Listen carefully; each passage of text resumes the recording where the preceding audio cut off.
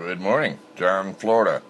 Hey, I gotta apologize for last transmission because I played it back and everything and said never have a couple or three bourbons before you do a show. That being said, I did promise to turn you on to some really cool things. And one thing that women got that men haven't got and everything is the power to really, and this is going to sound incredibly screwed up, and most guys won't understand it during, but I am hoping for a large percentage of women in the audience will understand what I'm saying. And that is the power to be humble and the power to submit. And unfortunately, a lot of women in the world are too much in submission to men and are not valued for the creatures they are, which is a wonderful creation of God. And still can't get the angle right this morning. I'm just working on my first coffee, so I'm a little tired.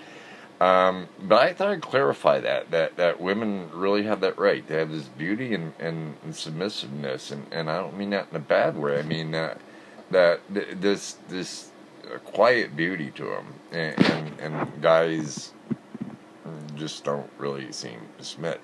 Now, the big secret, I'll tell you what, I've met a lot of elderly black women and white women, but really a lot of elderly black women who really got the Bible memorized like awesome, and these women have such awesome, quiet, incredible beauty to them. I mean, you just, there's, I don't know, you would have to really look around, do an honest evaluation of the world. The world's a mess.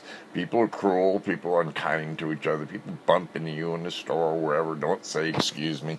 It's just like politeness in the world is like gone. And it kind of sucks. And women have this quiet humility and stuff, and guys just haven't learned it. And I think, I don't know, as far as I'm concerned and all, if you don't, you have to stand up for certain things in life, but you have to really learn when to submit yourself to God and really and acknowledge that you ain't the be all end all, and that you need His help, and without God's help, you're screwed, man. Right now, look at the latest I read is this invasion of stink bugs or something from, I was reading a little bit on them. They're from Asia, and they really stink. They're stinky bugs. Kind of like a, I don't know, medallion shaped, whatever they call them. Big flat bugs, and they stink. There's 4 or 5 varieties I got here from Asia back in the 60s, and they eat a lot of crops, and they stink. And that seems to be the problem. Down here in Florida, we had love bugs, because solely named because they fly around while they're doing it, joined together. They're flying around screwing these freaking love bugs, and they were, according, nobody really. One of these days, I'll have to do some work and substantiate it or not. But somebody said they were invented by scientists down here for fish food and for bird food, like extra bug to munch on for these creatures. But the problem is the bugs supposedly are so acidic that the bugs are very unpalatable to birds. Birds don't like to taste them. And for that matter, neither do the fish. So we have all these things flying around, clogging up people's radiators, and they're nasty. They screw up your paint. And it's not even worth getting a brand new shiny car in Florida unless you have major bucks to keep up with the various bug life in Florida, which there's quite a lot of, especially at night. If you've never been through a thing called Alligator Alley, which goes from, I don't know, Miami side of the state all the way to the other side of the state. It goes clear across Florida to the southernmost parts of Florida. But at any rate, it goes all the way across. If you've ever driven that at night, I swear you hit a palmetto beetle, which is, I don't know, I guess a relative of the cockroach. They're big, They're huge. But you hit one, it's like somebody throwing a rock at your car. If you're driving a Toyota or something, you say you're doing 65, one of those bad boys hits your windshield. It's like, bam, like a rifle shot. I mean, these are big, gnarly bugs with big, heavy shells on them. I mean, some of these things probably date back to the Pleistocene era. I mean, they're really funky-looking bugs. Like they belong in the same planet. Now, I'm telling you, Florida, oh yeah, it's so nice and warm there. We have a lot of freaking weird bugs. Very weird bugs. I mean, I've seen bugs here that I don't know, if you don't like bugs, you might want to stay out of Florida. But, we have different bugs up north than they do in South Florida because we have different weather. We are fully, I believe, 2 different climate zones above, say, Tampa Bay area. My friends come up here, and first off, they've never come up here in the winter. They would be speechless how cold it gets up here sometimes. It dropped to about 18 degrees a couple of years ago in the winter, and it damn near killed this lemon tree that a friend of mine gave me. But the lemon tree lives. For some reason, it gets burnt all the way back to the ground. I water it, and it comes back up. It just doesn't ever want to grow any bigger. One of these days, I'll figure out what to do with this lemon tree. Put it in a big pot and roll it inside in the winter, maybe. Who knows? I don't know. It's fairly well in there, though. It's been very hot here. We've had a decent amount of rain. We're in the only parts of the country that are really not in some kind of drought situation.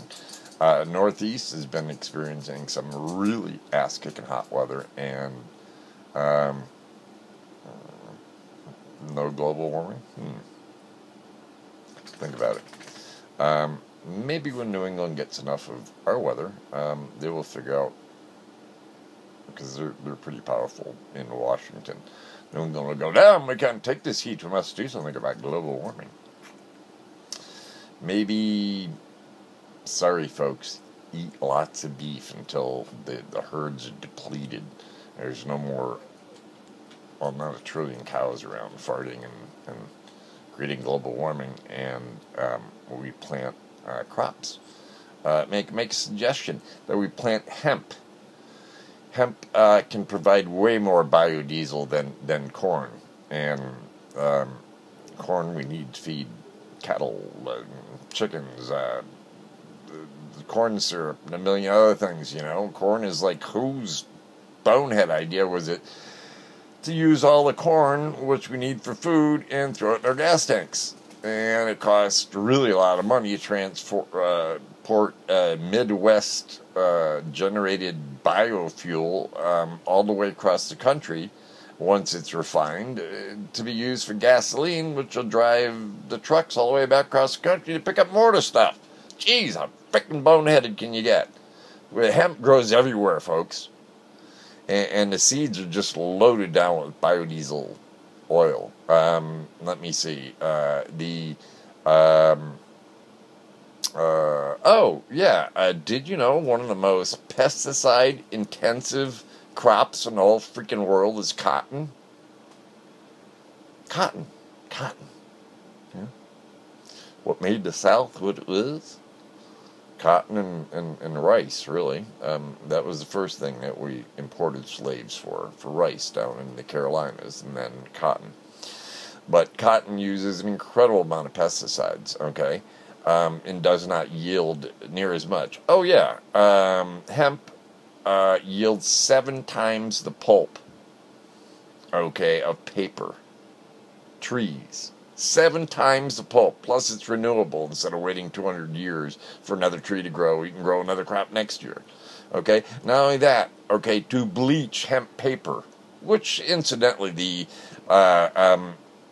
most of the books you read, here's a good one, folks, most of the books you read in 50 years from now on paper stock made from trees will be unreadable because it falls apart. Whereas, do you know the Declaration of Independence and the Bill of Rights were printed on hemp paper? Signed up on hemp paper? And that's why the paper's still good? That's why there's like, I don't know, 6 or 7 copies or whatever the heck there is. But they still exist. Paper from that time is gone. Paper that's made from trees. Hemp was the thing back then. Um, I can't even go into, like, Jefferson was a hemp farmer, and Washington was a hemp farmer, and blah, blah, blah, blah. And on and on. And Canada's making tons of money and laughing in our face. Write your freaking congressman, get off your lazy ass, get up, go to your telephone book, look in the blue pages, okay? Every phone book's got it. They got, white pages, yellow pages, a little skinny section of blue pages. That's your municipal, that's your government, all people. Call them up and say, damn, man, let's decriminalize marijuana at the very least and let some of these kids out of jail. Young people, your children, your brothers, your sisters, your uncles, your cousins, everybody, okay, and a vast amount of disproportionate people who happen to be of color rather than nice white boys who they slap on the hand for a bag of weed. It doesn't work that way if you're black or you're Puerto Rican. Chances are, same amount of weed that a white boy gets caught with, you're going to jail for. I'm telling you, once again, the blue pages of your phone book. Call your senator and say, listen, I'm tired of paying my taxes every year. I'm tired of doing I'm tired of propping up the military-industrial prison complex. So, geez, let's decriminalize marijuana. Let these nice young children out of jail and build back America. And basically, did you know that when they, this is an interesting fact, when they did the marijuana big ban, okay, who was instituted by good old Randolph Hearst, who owned all kinds of trees that they could cut down to make paper, don't want that marijuana. 7 times as much pulp as my timber. Know that, okay. When you bleach paper made from trees, they have to use chlorine. Extremely bad. Every single major waterway in the United States has got some kind of chlorine pollution. And it's all from paper. Okay? I'm going to turn you on something really cool. You don't need chlorine bleach to bleach out hemp paper. It can be done with harmless peroxide. Hydrogen peroxide element. It's just people, God, we could bring this economy back from the doldrums in no time. When Colorado decriminalized marijuana or made it legally, regardless of what you want to say about it, okay, where they decriminalized it there and it's medically okay, they had a budget shortfall. They anticipated not being able to pay off for like 10 years or something. And they're going to have it paid off in 3 years. They're rocking out there. And that's just people using it medicinally. Now, if we ever used it for industrial purposes, for rope and for hemp clothing, all of that, it only gets softer and more durable with age. It's, let me see, once again, unlike cotton, doesn't need to be bleached. Geez. Come on, get with it, folks. America, write your freaking congressman. Get off your lazy ass. Once you get finished smoking a joint or munching out on your chips or whatever, and you shut off your stupid television for a minute, get up, walk over, grab your phone book, sit down, go through the blue pages, figure out who the hell your representative is. Call a House of Representatives, call Congress, call one of those 800 numbers in there and go, hi, I'm Billy Bob, and I live on or wherever you live, and give them your address and tell them who is my congressman. And they will tell you who your congressman is. Say, good. Would you be so kind as to connect me with them? Call them up and say, listen, you are still throwing people in jail for freaking weed in this state. Let's empty the jails out, straighten this crap out, and start using hemp industrially and pull this country out of the crap.